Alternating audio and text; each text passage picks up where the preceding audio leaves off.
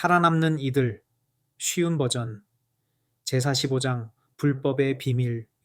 사도 바울은 데살로니가에 사는 교인들에게 보내는 두 번째 편지에서 교회에 큰 배교가 일어나 교황권이 세워질 것을 예언했습니다. 그는 신자들에게 이렇게 경고했습니다. 누가 어떻게 하여도 너희가 미혹되지 말라.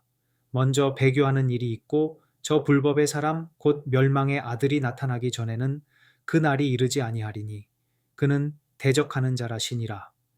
불리는 모든 것과 숭배함을 받는 것, 위에 자기를 높이고 하나님의 성전에 앉아 자기를 하나님이라 내세우느니라. 불법의 비밀이 이미 활동하였으나 지금은 그것을 막는 자가 있어 그 중에서 옮길 때까지 하리라. 바울은 그 시기에도 교회 안에 교황권이 세력을 얻을 수 있는 오류들이 스며들고 있음을 보았던 것입니다. 불법의 비밀은 처음에는 은밀하고 조용히 활동을 시작했습니다.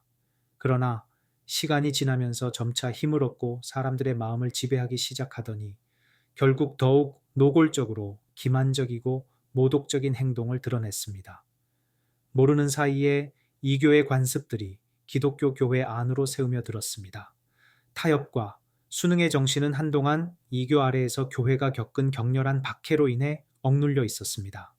그러나 박해가 멈추고 기독교가 왕의 궁정에 들어서자 교회는 그리스도와 사도들이 가르쳤던 겸손함과 단순함을 버리고 이교의 제사장과 통치자들의 화려함과 교만을 따라갔습니다. 하나님께서 요구하신 것 대신 인간의 이론과 전통이 자리 잡았습니다. 4세기 초 콘스탄티누스 황제가 명목상으로 기독교로 개종하자 교회는 이를 크게 환영했습니다. 그러나 실제로는 세상이 의의 옷을 입고 교회로 들어왔던 것입니다. 이후 부패는 빠르게 진행되었습니다. 이교는 표면적으로는 패배한 듯 보였지만 실제로는 정복자가 되었습니다. 이교의 정신이 교회를 지배하며 그들의 교리, 의식, 그리고 미신이 그리스도의 추종자라고 자처하는 이들의 신앙과 예배 속으로 세우며들었습니다. 이교와 기독교 간의 타협은 하나님을 대적하며 자신을 높이는 이미 예언된 불법의 사람을 등장시키는 결과를 초래했습니다. 이 거대한 거짓 종교 체계는 사탄의 능력이 만들어낸 걸작품으로 그가 자기 뜻대로 세상을 지배하려는 노력의 기념비입니다. 세속적인 이익과 명예를 얻기 위해 교회는 세상의 위대한 사람들의 호의와 지원을 추구했습니다. 그렇게 그리스도를 거부한 교회는 사탄의 대리자인 로마의 주교에게 충성을 바치게 되었습니다. 로마 가톨릭의 주요 교리 중 하나는 교황기 전 세계 그리스도 교회의 눈에 보이는 머리이며 전 세계 주교와 목사들에 대한 최고의 권위를 지니고 있다는 것입니다. 더 나아가 교황은 신의 칭호까지도 스스로 차지했습니다. 사탄은 성경이 사람들로 하여금 자신의 기만을 분별하고 그의 권세에 저항할 수 있게 한다는 사실을 잘 알고 있었습니다. 세상을 구원하신 주님조차 사탄의 공격을 하나님의 말씀으로 물리치셨습니다. 매번 공격을 받을 때마다 그리스도께서는 기록되었으되 라고 하시며 영원한 진리의 방패를 내세우셨습니다. 적의 모든 제안에 대해 그리스도께서는 말씀의 지혜와 능력으로 대응하셨습니다. 사탄이 사람들에 대한 지배를 유지하고 교황의 찬탈 권위를 확립하기 위해서는 사람들을 성경의 지식에서 멀어지게 해야 했습니다. 성경은 하나님을 높이고 유한한 인간을 제자리에 두지만 이러한 거룩한 진리들은 감추어지고 억압되어야 했습니다. 로마교는 수백 년 동안 성경을 금지했습니다.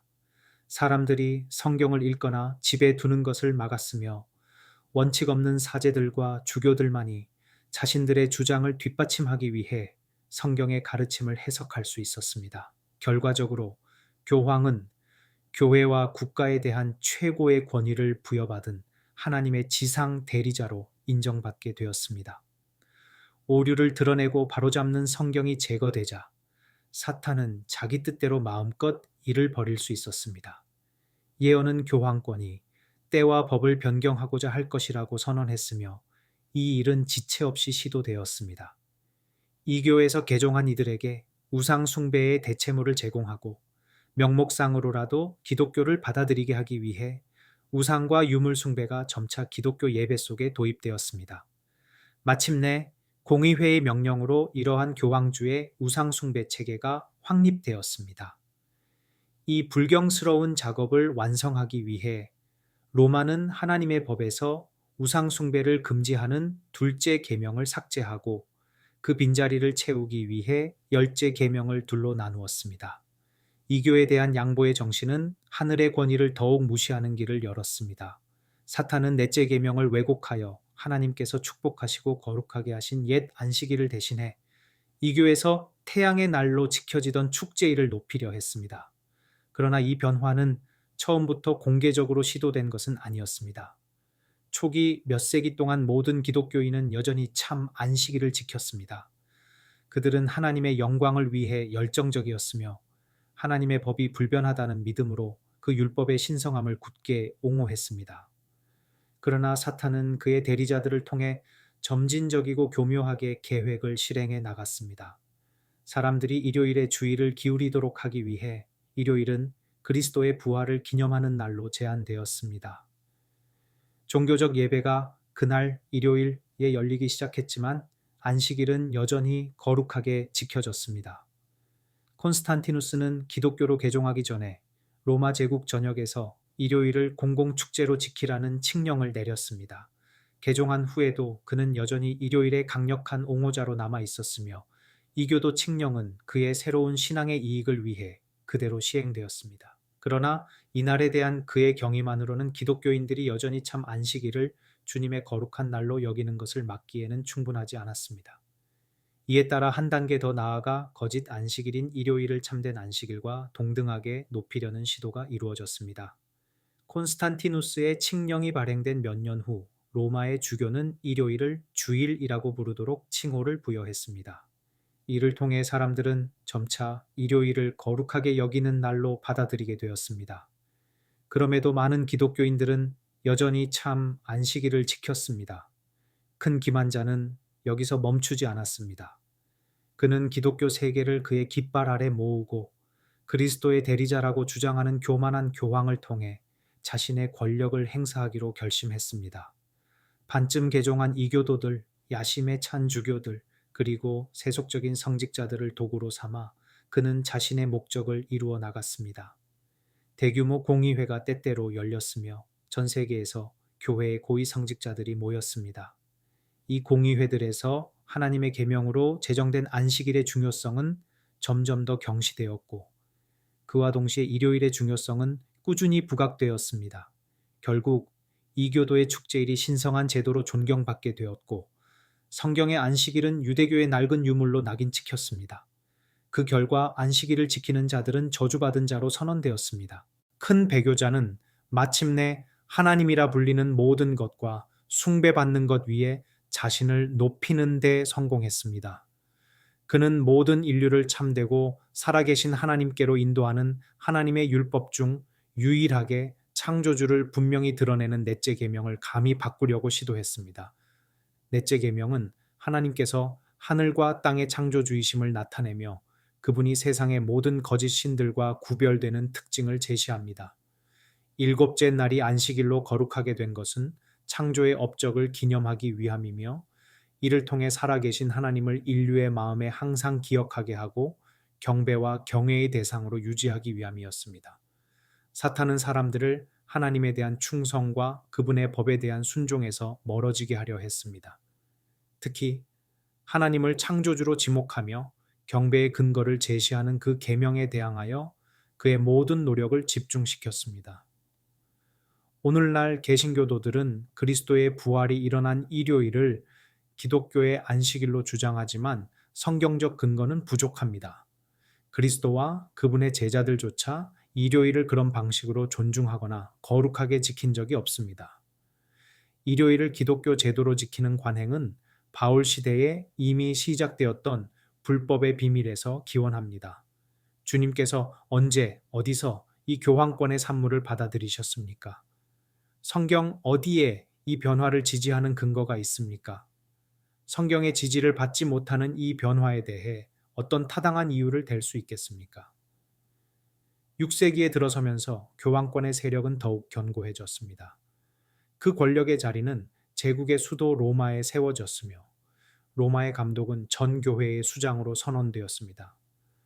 이 교는 교황권으로 대체되었고 용은 그 짐승에게 자기의 능력과 보좌와 큰 권세를 주었습니다. 이로써 다니엘과 요한의 예언에서 예고된 1260년 동안의 교황권 억압의 시대가 시작되었습니다. 기독교인들은 이제 진리를 저버리고 교황의 의식과 예배를 받아들이거나 감옥에 갇혀 생을 마감하거나 고문대와 화형장 혹은 참수형을 당하며 죽임을 당하는 두 가지 선택 사이에 놓이게 되었습니다. 예수님께서 하신 말씀이 이루어진 것입니다. 심지어 부모와 형제와 친척과 친구들이 너희를 넘겨주겠고 너희 중에 몇을 죽이리라. 또 너희가 내 이름 때문에 모든 사람에게 미움을 받을 것이라. 박해는 이전보다 더 격렬하게 신실한 자들에게 닥쳐왔고 세상은 거대한 전쟁터로 변했습니다. 수백 년 동안 그리스도의 교회는 궁벽한 상한 지역이나 인적이 드문 곳으로 피신하여 생존을 도모해야 했습니다. 사도 요한은 이를 다음과 같이 예언했습니다. 그 여자가 광야로 도망하매 거기서 1260일 동안 저를 양육하기 위하여 하나님의 예비하신 곳이 있더라. 로마 교회의 권력 장악은 암흑시대의 서막을 열었습니다. 그녀의 권력이 커질수록 세상의 영적 어둠은 더욱 깊어졌습니다. 믿음의 초점은 참된 기초이신 그리스도로부터 로마의 교황으로 옮겨졌습니다. 사람들은 죄의 용서와 영원한 구원을 위해 하나님의 아들을 신뢰하기보다는 교황과 그의 권한을 위임받은 사제들과 주교들에게 의지하게 되었습니다. 그들은 교황이 중재자이며 그를 통해서만 하나님께 나아갈 수 있다고 배웠습니다. 또한 교황이 하나님을 대신하는 자로서 절대적인 복종의 대상이 되어야 한다고 가르침 받았습니다. 교황의 요구를 거부하거나 그의 권위에서 벗어나는 것은 육체와 영혼의 가장 극심한 처벌을 받을 충분한 이유로 간주되었습니다. 이렇게 사람들의 마음은 하나님으로부터 멀어져 오류 많고 잔인한 인간들에게, 나아가 그들을 통해 권력을 행사하는 어둠의 왕자에게로 향하게 되었습니다. 죄는 신성의 외관으로 위장되었고 진리는 거짓 속에 묻혔습니다. 성경을 읽는 것이 금지되고 인간이 자신을 최고로 여기게 될 때 그 결과는 사기, 기만, 타락한 불의로 가득 찰 수밖에 없습니다.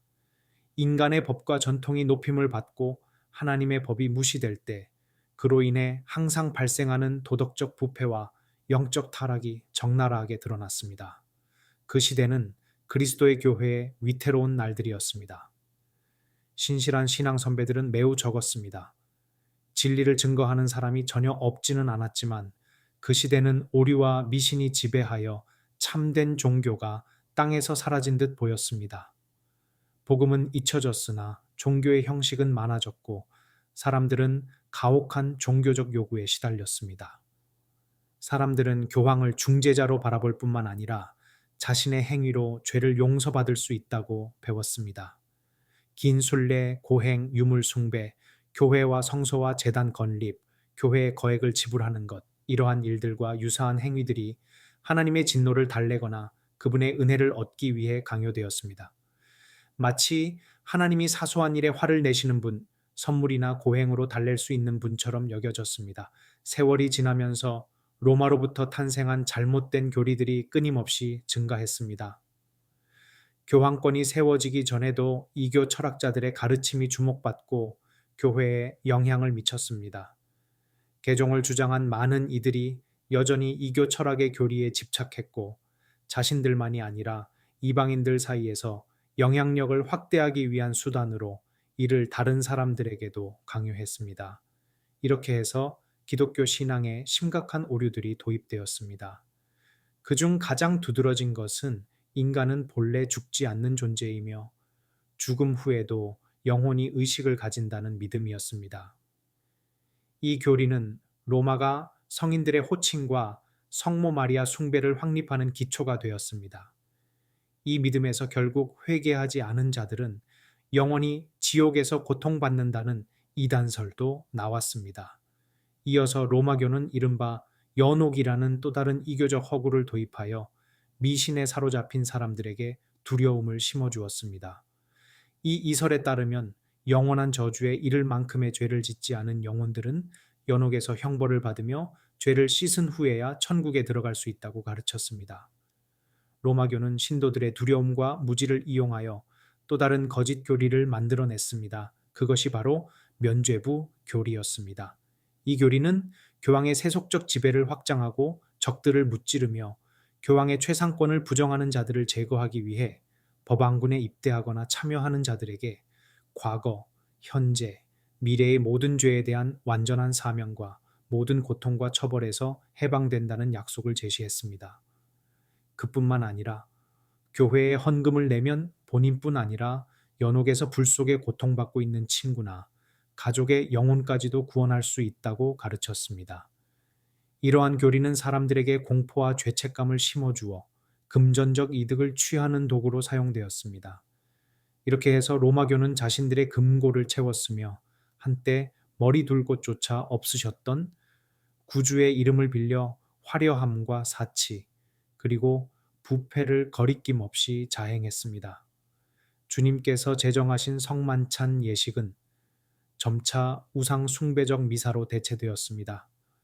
교황의 사제들은 복잡하고 무의미한 의식을 통해 단순한 빵과 포도주가 실제로 그리스도의 몸과 피로 변화된다고 주장했습니다. 그들은 신성모독적으로도 자신들이 창조주를 창조할 수 있는 권능을 가졌다고 공공연히 선언했습니다.